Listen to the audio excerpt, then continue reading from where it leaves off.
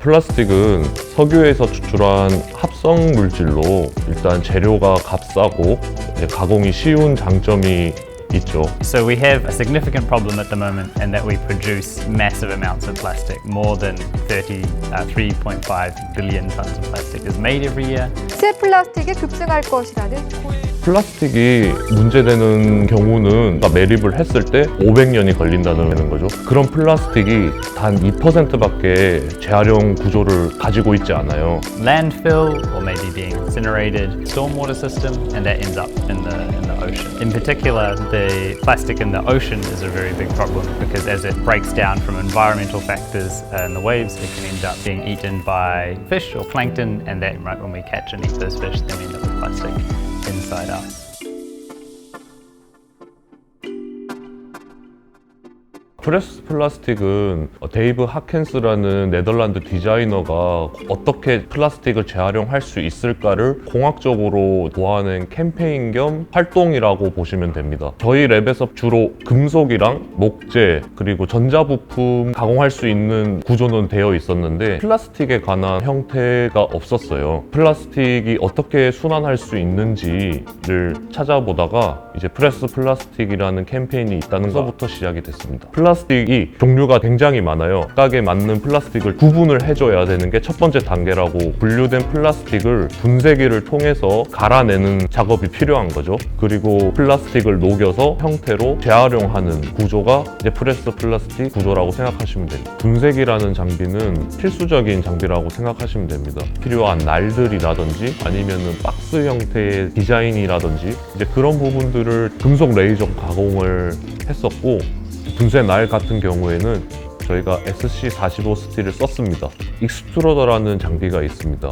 긴 스파이럴이 이렇게 있어요. 그 안에서 플라스틱이 녹아가면서 가래떡처럼 뽑아내는 형태라고 생각하시면 돼요. 이게 평행이 되지 않으면 큰 사고가 일어날 수도 있는 거죠. 평행하게 만드는 데 있어서 굉장히 신경을 많이 썼죠. 거기에 3가지 열선이 들어가야 되는 시트 프레스라는 장비가 있습니다. 1200, 1200 사이즈의 알루미늄 판이 아래 위로 있고 완전히 압착시켜주는 장비라고 생각하시면 되고, 오일 잡기가 필수적으로 필요하고 열선이 들어간 알루미늄 블럭이 한 50개 정도 일정한 간격으로 다 만들어야 되고 열이 잘 들어가게끔 다 충족시켜야 되는 부분이 있었기 때문에 많이 힘들었다라고. 플라스틱을 용해하는 과정에서 생기는 가스들이 인체에 되게 안 좋거든요. 그렇기 때문에 각각 장비마다 그런 집진기를 하나씩 설치를 했다고 생각하시면 됩니다.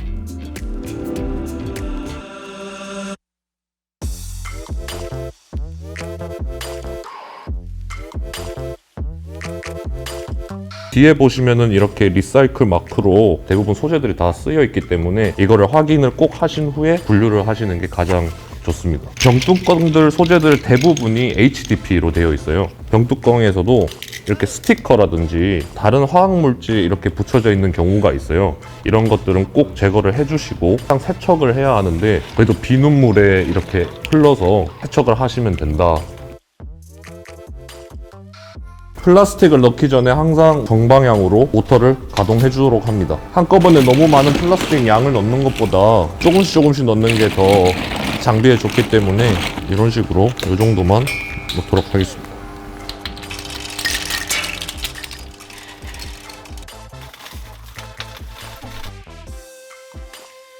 익스트루더, 즉 압출기라고 보시면 되는데 예열 단계가 필요하거든요. 170도에서 180도 사이까지 기다려주시면 됩니다. 예열이 됐으니 플라스틱을 한번 넣어보도록 하겠습니다. 이렇게 플라스틱을 넣고 이제 모터를 가동해 주면은 이제 앞으로 점점 가래떡 같은 플라스틱 필라멘트가 나오는데, 몰드를 제작을 해서 넣게 되면은 이제 플라스틱 벽돌이 나올 수 있게끔 제작도 가능하고, 감아서 어떤 플라스틱 필라멘트로도 사용이 가능합니다.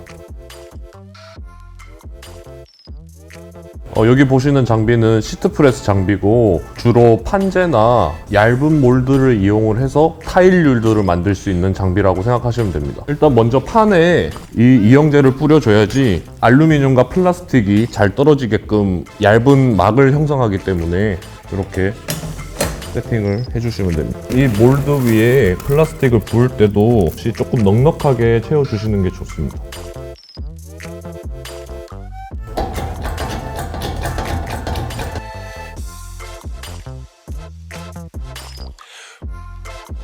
저희가 HDP로 만든 타일이 이런 식으로 제작이 가능하다라고 보시면 됩니다.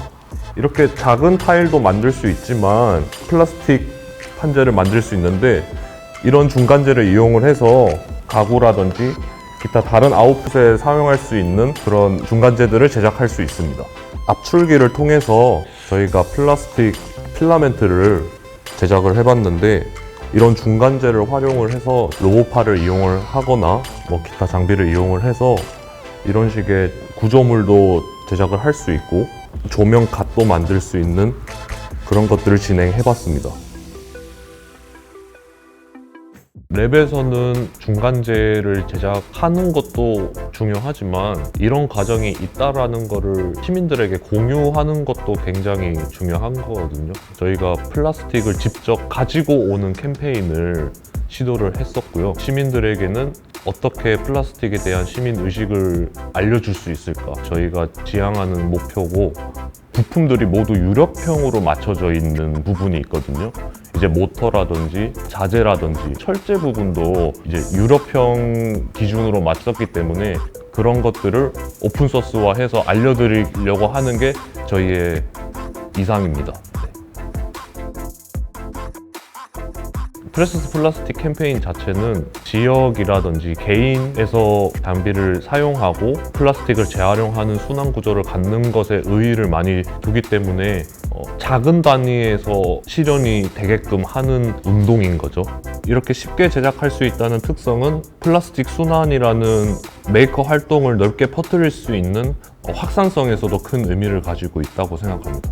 현대사회에서 사람들이 플라스틱을 사용을 하지 않을 수는 없다고 생각해요. 그래서 플라스틱을 사용을 하되 어떻게 재활용할 수 있는지를 생각해보면 좋지 않을까 생각합니다.